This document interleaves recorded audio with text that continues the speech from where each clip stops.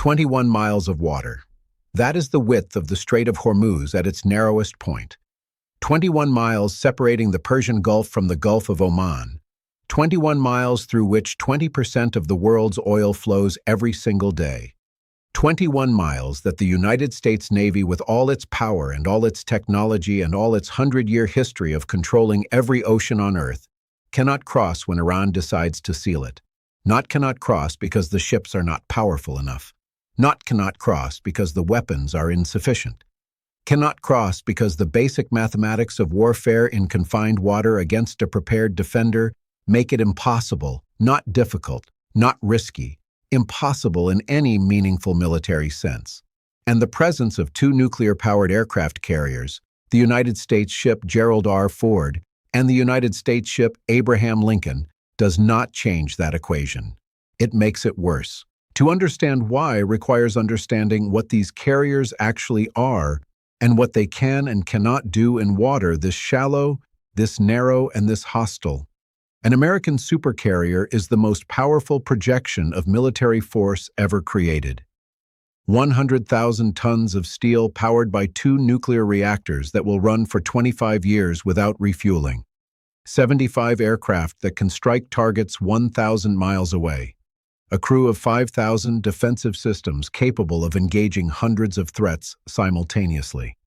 A single carrier strike group represents more combat power than the entire military of most nations on Earth.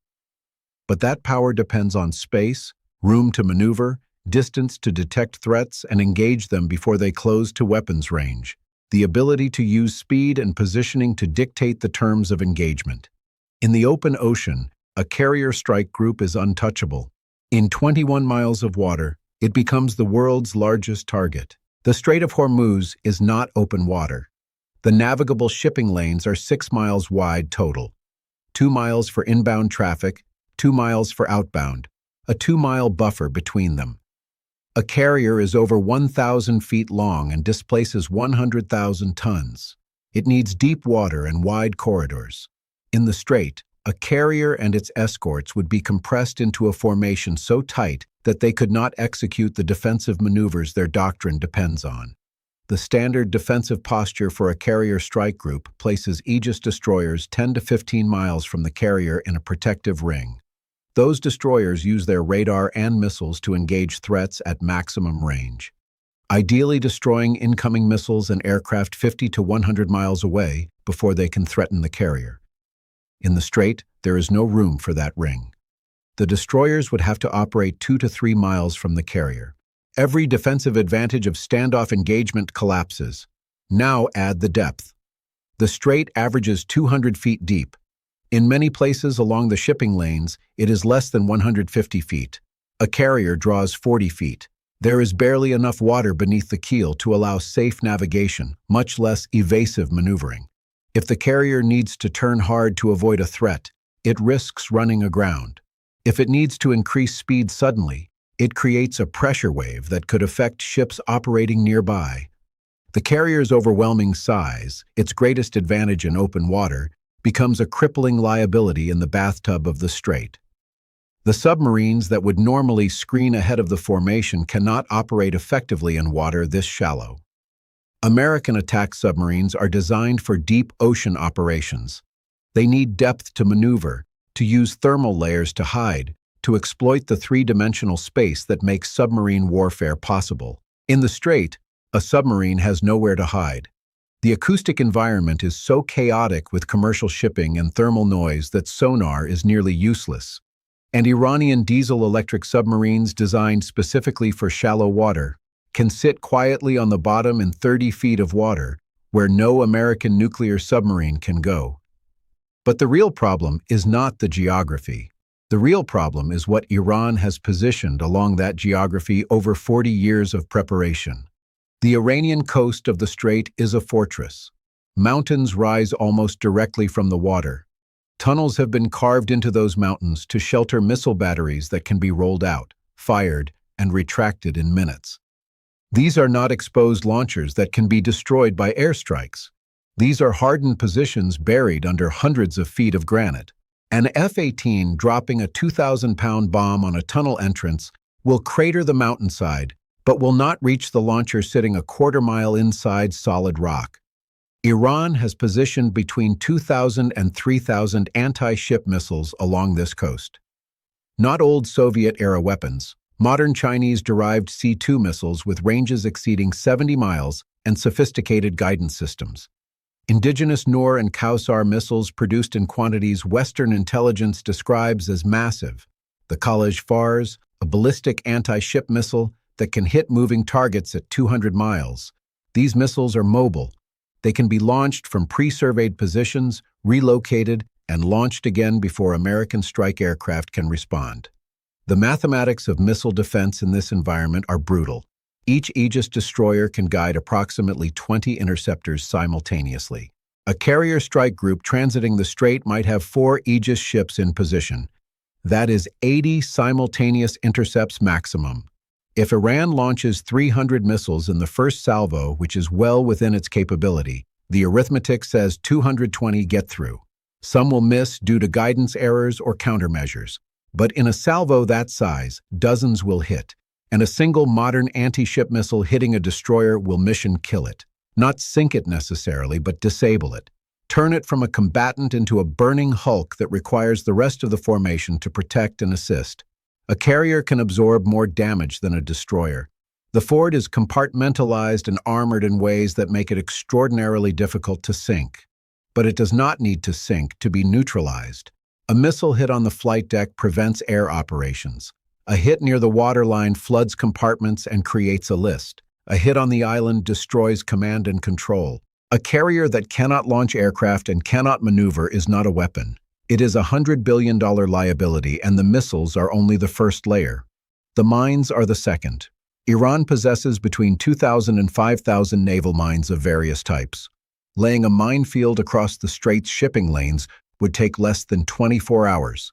The mines could be deployed by military vessels, by civilian fishing boats, by commercial dhows, or simply by pushing them off trucks on beaches at night. The shipping lanes are so narrow that a few hundred mines placed correctly would render the lanes impassable until swept. Mine sweeping is one of the most time-consuming operations in naval warfare. Each mine must be located using sonar, identified and neutralized individually. The United States Navy's mine countermeasures fleet is small and not designed to operate under fire. Sweeping the strait while Iranian coastal missiles and fast attack boats threaten the minesweepers is a scenario that every naval wargame has concluded is unworkable. The minesweepers would need protection from the very warships that cannot enter the strait until the mines are cleared. It is a paradox with no solution. The third layer is the 3,000 fast attack boats. Small, cheap, fast, and each one carrying enough ordnance to cripple a warship. These boats hide in coves and behind islands along the Iranian coast. They operate among the thousands of civilian fishing boats and commercial vessels that crowd the Gulf. On radar, they are indistinguishable from non-combatants until the moment they accelerate to attack speed or launch their missiles. A carrier strike group's defensive systems are designed to engage aircraft and missiles at long range. They are not designed to engage 300 small boats approaching simultaneously from every direction at 50 knots. The Phalanx close-in weapon systems can shoot down incoming missiles. They can kill small boats, but they can engage only one target at a time, and each engagement takes several seconds. If 30 boats attack simultaneously, the math says most of them get through. And each one that gets through carries weapons that can destroy a multi-billion-dollar destroyer. The scenario that keeps American admirals awake is not complicated. It does not require Iranian military genius or technological breakthroughs. It requires only the willingness to execute a plan that Iran has rehearsed for decades. A carrier strike group enters the strait. The mines detonate under the lead escorts. The shipping lane is blocked by damaged ships. The formation compresses as ships maneuver around the obstruction. At this moment, Iran launches its first missile salvo. 300 missiles from shore batteries and mobile launchers scattered along 200 miles of coastline. The Aegis ships engage and kill half of them. 150 missiles continue inbound. Some are decoyed, some miss, 50 hit. Multiple ships are damaged or sinking. The formation's defensive capability is degraded. Before the Aegis ships can reload their missile magazines, the fast attack boats emerge. Not dozens, hundreds from every cove and harbor and hidden inlet along the coast. They launch their missiles at close range where intercept time is measured in seconds rather than minutes. More ships are hit. The carrier takes a missile strike on the flight deck. Air operations are impossible. The carrier cannot launch aircraft to suppress the shore batteries or engage the boat swarms. Submarines attack from below. Torpedoes in the water from positions that were never detected because the acoustic environment makes detection nearly impossible. A cruiser takes a torpedo hit that breaks its keel. It sinks in minutes in water too shallow for the crew to escape the flooded compartments. The entire engagement lasts less than 2 hours. When it ends, the most powerful naval formation in history is a scattered collection of burning, sinking, and disabled ships blocking a waterway that is now completely impassable. Iran has not won a war, but it has closed the strait, and it has demonstrated that American naval power has a hard limit defined by geography and mathematics. This is not speculation. This scenario has been war-gamed at the Naval War College repeatedly. The results vary in details, but not in outcome.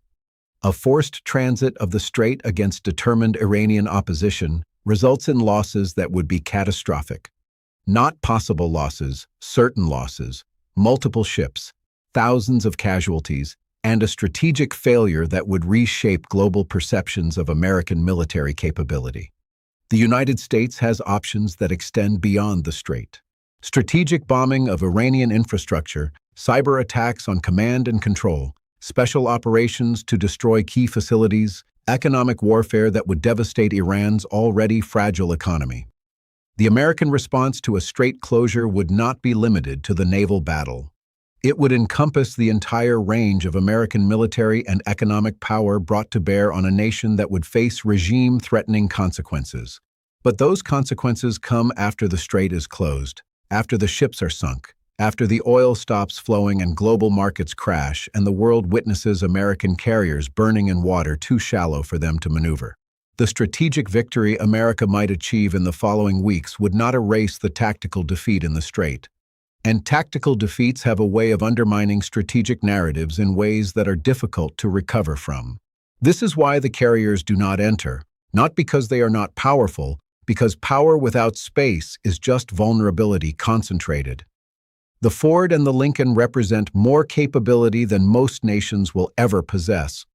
But in 21 miles of water against an enemy that has spent 40 years preparing that water as a killing ground, capability is not enough.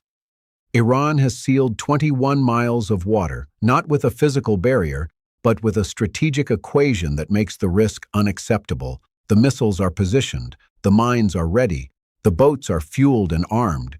The crews have trained for this their entire lives, and the geography that cannot be changed guarantees that the defender has every advantage and the attacker has none. 2 nuclear carriers wait outside. They patrol the Gulf of Oman. They launch aircraft that can strike deep into Iran. They demonstrate presence and resolve, but they do not enter the strait. Because the admirals have read the war games. They understand the mathematics. They know that 21 miles is the distance where American dominance ends and physics takes over. The strait is open today because Iran chooses to keep it open, not because America can force it open. That is the reality that no Pentagon briefing will state explicitly, but that every operational plan acknowledges implicitly. The era of unchallenged American naval access to the Persian Gulf ended the moment Iran built the capability to make those 21 miles impassable. The carriers are still the most powerful warships ever built, but power is contextual. In the open ocean, they are untouchable. In the Strait of Hormuz, they are targets in a shooting gallery designed by an enemy that knows exactly how to exploit every limitation that geography imposes. 21 miles. The distance between the world as we know it and an energy crisis that would reshape global economics. The distance that $200 billion of American naval power cannot cross without losses that are unacceptable. The distance that proves the oldest truth of warfare. That sometimes the defender wins, not because they are stronger, but because the ground they hold makes the attacker's strength irrelevant. Iran sealed 21 miles of water with missiles and mines and boats and math. And until someone solves a problem that has no military solution, those 21 miles will remain sealed. The carriers will remain outside, and the world will continue to pretend that American naval supremacy is global, when in reality, there is one place on Earth where that supremacy does not apply. 21 miles. That is all it takes. That is all it has ever taken. And until the geography moves or the physics change, 21 miles is all it will ever take to keep two nuclear carriers and everything they represent on the wrong side of the only water that truly matters.